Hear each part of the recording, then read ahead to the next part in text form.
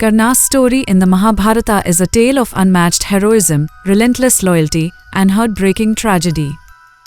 His life, from birth to death, is a saga of constant struggle, where destiny played a cruel hand and society refused him the recognition he deserved.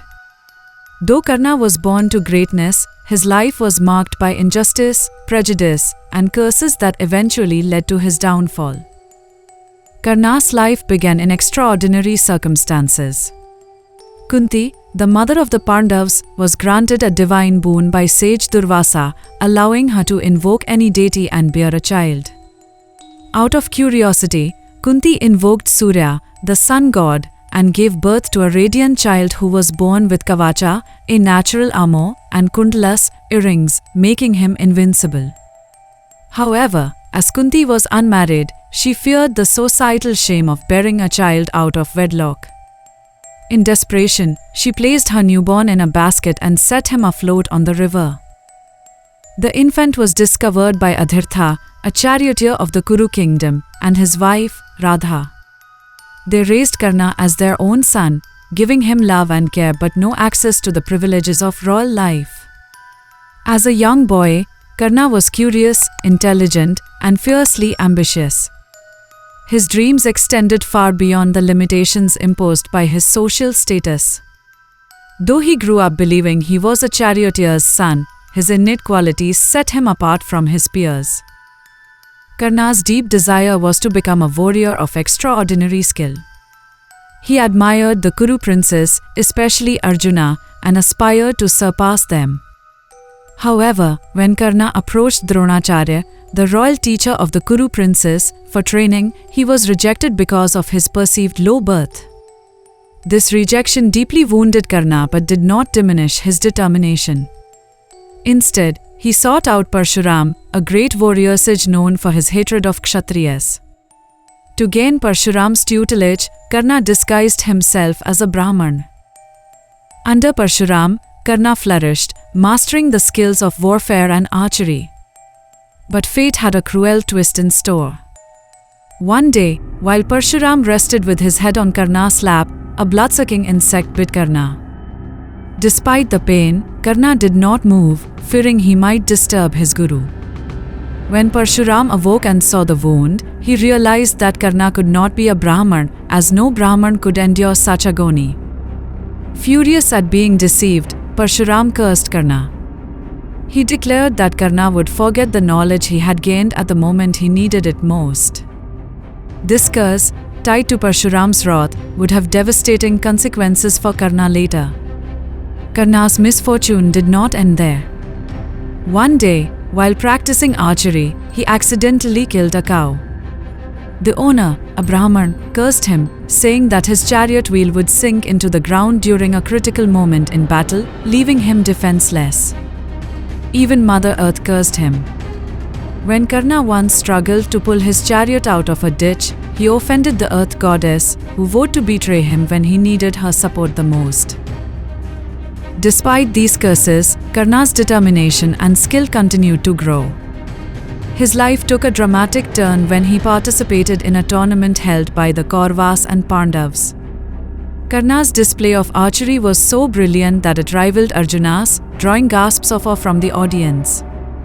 However, when Karna stepped forward to challenge Arjuna, he was ridiculed by the Pandavas and others for his low social status. Dronacharya and Kripa even questioned how a charioteer's son dared to compete with a prince. At this moment, Duryodhan, the eldest Kaurava prince, stepped in and declared Karna the king of Anga, granting him royal status. This act of acceptance and kindness forged an unbreakable bond between the two. Karna, overwhelmed with gratitude, pledged his unwavering loyalty to Duryodhan. This loyalty would define Karna's life and ultimately lead him into a moral and ethical quagmire. As Karna grew closer to Duryodhan, he became an inseparable part of the Kaurava court. Karna was known for his generosity and bravery. His acts of charity became legendary, as he would never refuse anyone who sought his help. Even when Lord Indra, Arjuna's father, approached him in disguise to ask for his Kavacha and Kundalas, Karna willingly gave them away, despite knowing it would render him vulnerable in battle. As the great Kurukshetra war loomed closer, Krishna, ever the strategist, approached Karna with a heartfelt offer. Knowing Karna's true lineage as Kunti's son and the eldest Pandav, Krishna sought to turn the tide of the war by convincing Karna to join his brothers. In a quiet moment away from the chaos, Krishna revealed Karna's birth secret. Krishna said, "Karna, you are not a charioteer's son. You are Kunti's eldest, born of Surya, the sun god. You are the rightful heir to the Pandav throne." Karna stood in stunned silence as Krishna's words shattered the foundation of his identity. He had spent his life enduring ridicule for his supposed low birth. Now, the truth lay bare, offering him not just royal lineage but also the chance to reconcile with his brothers. Krishna continued, "Karna, join the Pandavas. Stand with Dharma and claim your rightful place as king. Yudhishthira is willing to step aside for you. With you, victory is certain and the bloodshed of war can be avoided." But Karna, loyal to the core, smiled sadly. "Krishna, I thank you for this truth, but it changes nothing. Duryodhan was the only one who stood by me when the world scorned me.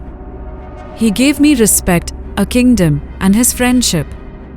I cannot betray him now, not even for my brothers or the throne. My loyalty lies with him." Krishna sighed, understanding the depth of Karna's integrity yet grieving the path he chose. "Your loyalty is noble, Karna, but it binds you to adharma. Duryodhan's cause is unjust, and it will lead to your ruin." Karna bowed his head. "I know my fate, Krishna. I have lived with curses and injustice all my life. This war is my destiny, and I will face it as a warrior should.